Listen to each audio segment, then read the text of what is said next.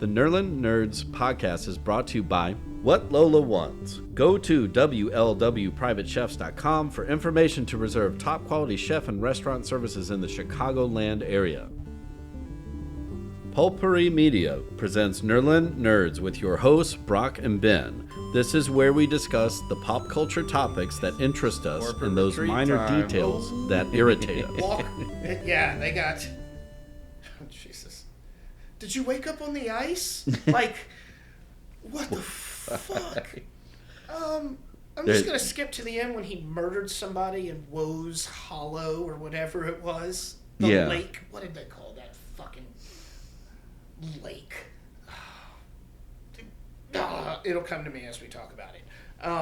Yeah, I mean, there's so many bizarre things in the episode. They all have twins because of Dieter. Right. Apparently, Dieter is Kier's twin brother. They were bosom buddies in the womb. But then there's the crazy woman. Who ends up in the Severance quad. Well, no, I mean the person Irv sees in his. That's what I'm saying. When he's looking in the quad on the it's because it's. I thought you meant like back in the office. No, Bert does this. Yeah. And then Irv's like, and it's Gollum, right?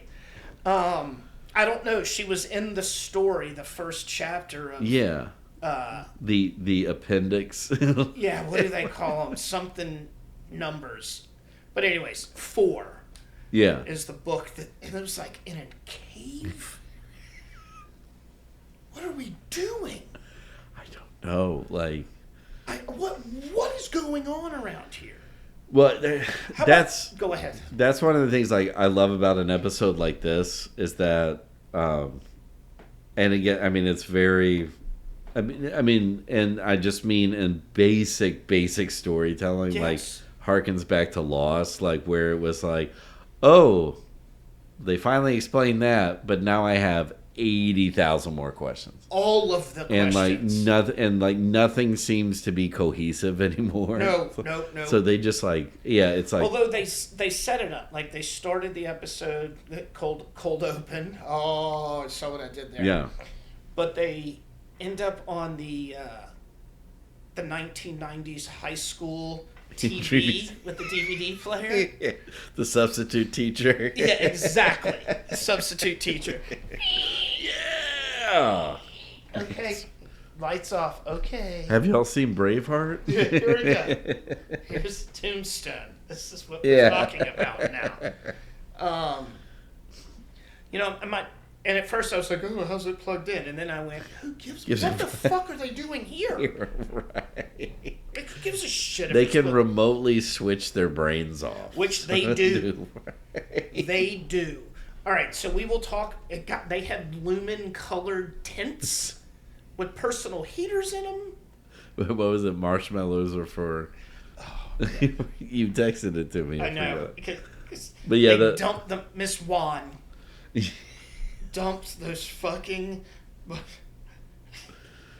here we go. Marshmallows are for team players. Right, yeah. Oh, man. Fucking, milkshake. That actor, I mean, I don't... clearly is good. But, yeah, he's owning that character more and more and more and more. I love it. I love it. No, he's great. And, again, Mrs. Wong, she's perfect, too. I have to give her credit. Oh, yeah. She's like 12. Why is there a child? But I do have to take a minute. Well, wait, real quick. Did you notice that Milkshake was in white and everybody else was in black? Yeah. But then Mrs. Wong was like in beige.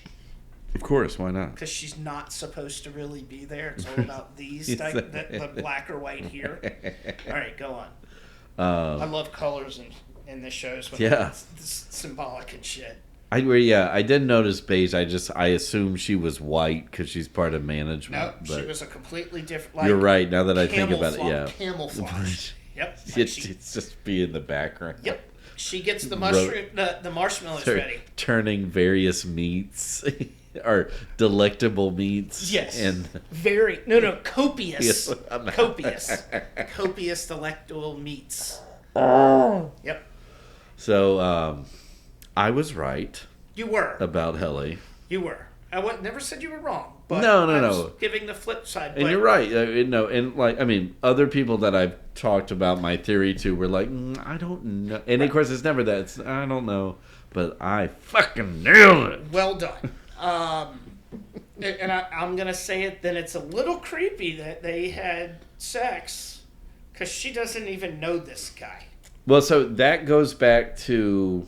her just watching the... Yeah, remember. And so I think, in that... Because we talked about it when I was like, maybe she's just not... Well, and they started doing those, like HBO does at the end of each episode, yes. like a quick look into the making. I still don't watch those. So, but they did one after the episode where Helly's watching the footage of her innie. Yeah, right. What amounts to it, yeah. And she's got that like sly smile comes across her face. So when they interview the actress, she was talking about playing that scene, and her mindset was, Audi Helly is like her life is like it's benign, it's all Kier related, it's beige, right? Yeah. And that her innie has a much more rich life. Her innie has friends. Her innie has a growing romance with Mark, and so that's what I was thinking. Like, and she actually says that she was like, I don't like my Audi when she finally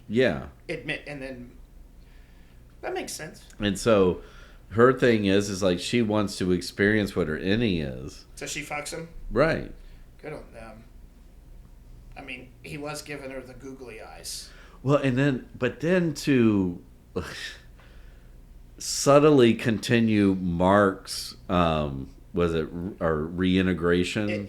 Yes. So, in that romantic moment, they do that quick flash of his wife's face. And, the whole time I'm like, okay, so when is this going to kick in? Then I thought, okay, well, maybe it's like a different time or the day before he goes home or whatever. No, I even thought too it was something to where like it was actually like they were fucking with him, and he was in the tent with his wife, but because of integration, his innie Mark thought it was Helly. Correct. And then Audi Mark thought it was his wife. Yeah. Yep.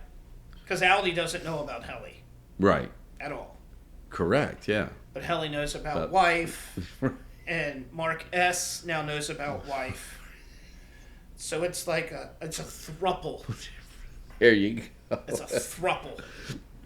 That's what it is. I mean, wait. Okay, can we get to fuck it.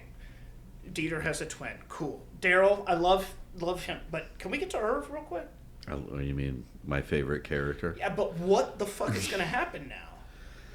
I love his slow descent into madness this episode. Because you've seen it. Like, it's always there. And thank God they had John Turturro as the actor. Correct. Because this episode was literally... He should get an Emmy for it. Like, it was beautiful. He went through all the things. And that, his...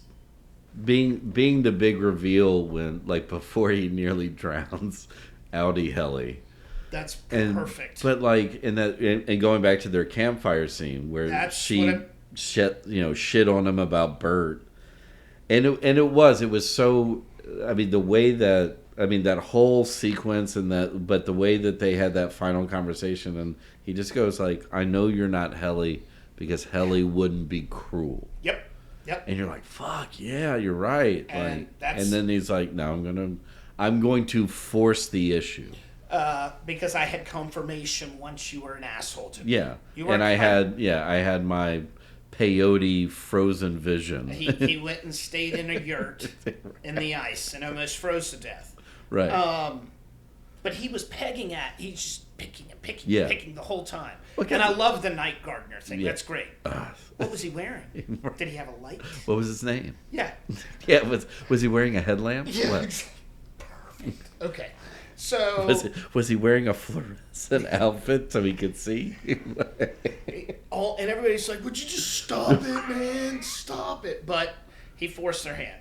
I'll just end it on when Milkshake said to take all the boys to her yard. When he told them to flip that switch, she was like, "What the fuck is going on?" She's got to be cold too. Oh yeah. But then Irv, and again, John Turturro did it beautifully. Like, immediately my switched. My job is done. Yeah. I will take whatever you throw my way. Yeah. Yeah. But yeah, it is sad because like you're right. Like where do they go with Irv? Obviously, any Irv is gone. So Audi Irv. Yeah. It's all about the door. Yeah. That's got to be. That's Audi because he talked about it. He's been talking about it this right. Yeah. season 2. So like the door, maybe the door's down here. So yeah. So he might disappear for an episode or two, but he's got to come back on the outside. Correct. You know who else trying to wrangle Audi Mark and Audi Mrs. Cabell? We haven't seen in a few episodes. Yeah. Oh my God! Never mind. We'll get to the pit.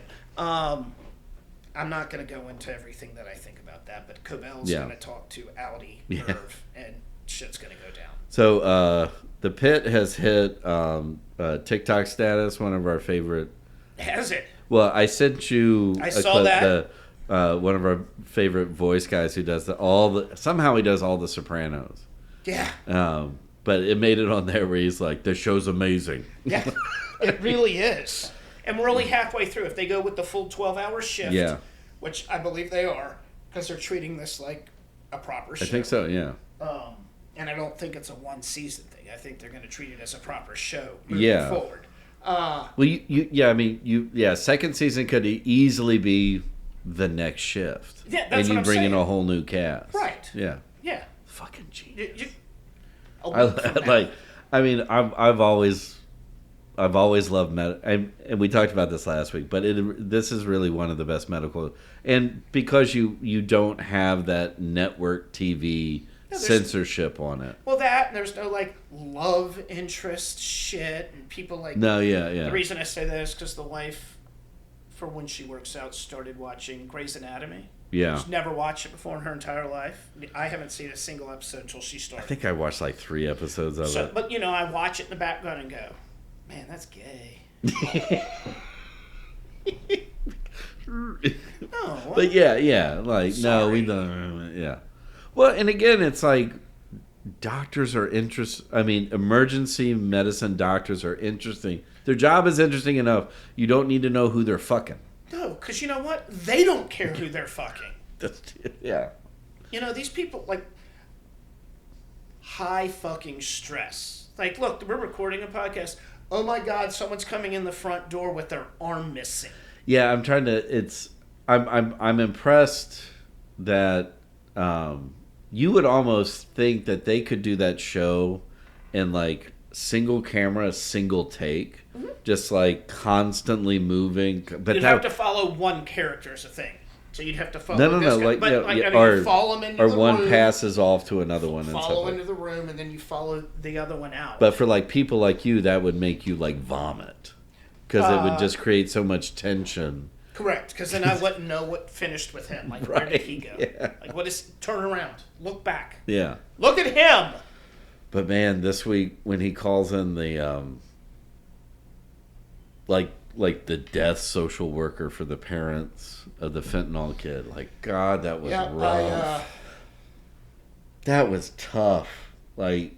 Yeah, one of them was like, he was having a conversation with one of the kids, and he was like, that never gets easy. Ever, ever, ever. Yeah. They execute the scene really well. Yeah. But then, like, the reality of that, of, like, knowing, like, particularly doctors in emergency medicine, but I have one of my old college roommates, he's an oncologist. And I remember the last time I was, like, talking with him about work, I was like, how the fuck do you, like, you run the test and then you got to walk into a room and tell somebody, like, it's over, like there's nothing. And he said back then, he was like, there's no prepping for that. There's no college course you take. But I love the last. The following segment has been brought to you by Whatever Lola Wants. Go to WLWPrivateChefs.com for information to reserve top quality chef and restaurant services in the Chicagoland area. The Nerla Nerds podcast is a production of Pulpery Media, produced and edited by Ben Grimion, marketing by Brock Ryder, graphic design by Beck Ryder and Ben Grimion, music by the Heisenberg Compensators.